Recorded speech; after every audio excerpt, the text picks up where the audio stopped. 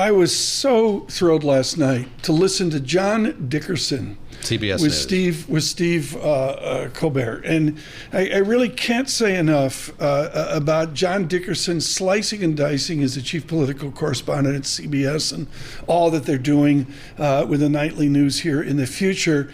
And joining us now, Margaret Brennan, who knows John Dickerson so well. I'm absolutely fascinated, Margaret Brennan, of how CBS regroups off of the first Tuesday of November and reaches out to America with a heritage of Walter Cronkite being Midwest, not being New York. How will CBS reach out to America in the coming days and weeks?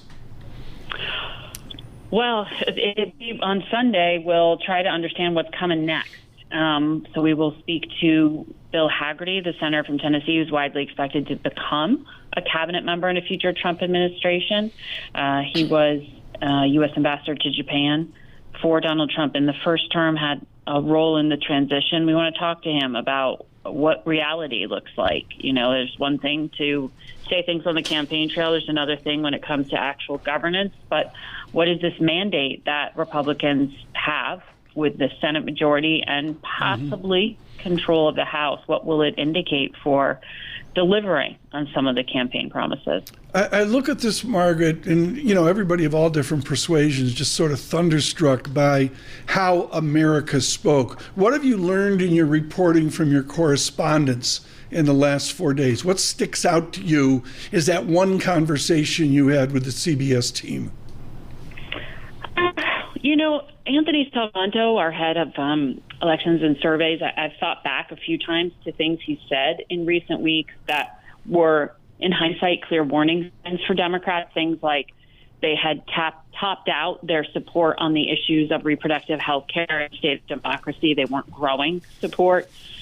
He consistently for months was telling us it's the economy, and inflation, very much in Trump's favor. We talked about a scenario with a Republican wave, but you know, the polling still was showing this race could go on either way. I think we all, Republicans as party members themselves, were surprised at how much they had grown support among men of color, Latino men in particular. We already knew they had the white working class vote, that so-called bro vote had gone to the Trump team a long time ago. But I think we need to talk more about that disconnect. We've tried to do it on Face the Nation, but the disconnect between telling people the economic data is good and that not necessarily translating to the price of eggs is going to get $3 cheaper, right? That's your life. Margaret, I think more reporting needs to be done on that. Let me bring in my colleague, David Gura. David with Margaret Brennan. Margaret, nice to speak with you. And you mentioned Bill Hagerty, and you know, I think of him on the Senate Banking Committee, which of course has been chaired for these last few years by Sherrod Brown of Ohio. And I'm curious to hear your perspective on sort of how the shape of the Senate changes in light of what we had happen this week. So Sherrod Brown, of course, no longer on that committee, no longer in the Senate. What did you hear from Mitch McConnell yesterday as he took that victory lap, and sort of what's your sense of the direction of this Republican Senate and sort of how it buffets whatever agenda President Trump puts forward?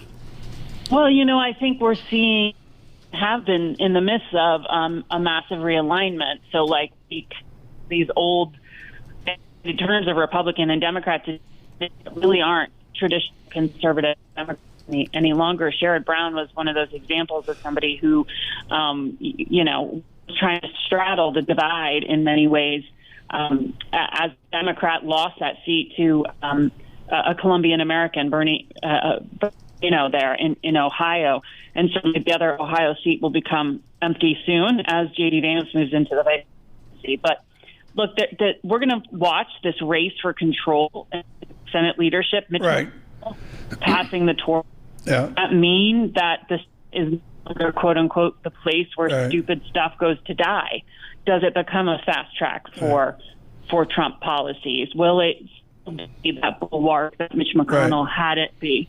Margaret, I'm going to jump in. Margaret, I'm going to jump in. We're having trouble with the audio. You're up in your helicopter, and it's just not working out right now. But Margaret Brennan is the host of Face the Nation. Look for that in the CBS television networks Sunday morning. Listen to Face the Nation Sunday, 2 p.m. in New York, Washington, 92.9 FM in Boston. Face the Nation this Sunday at 2 on Bloomberg Radio.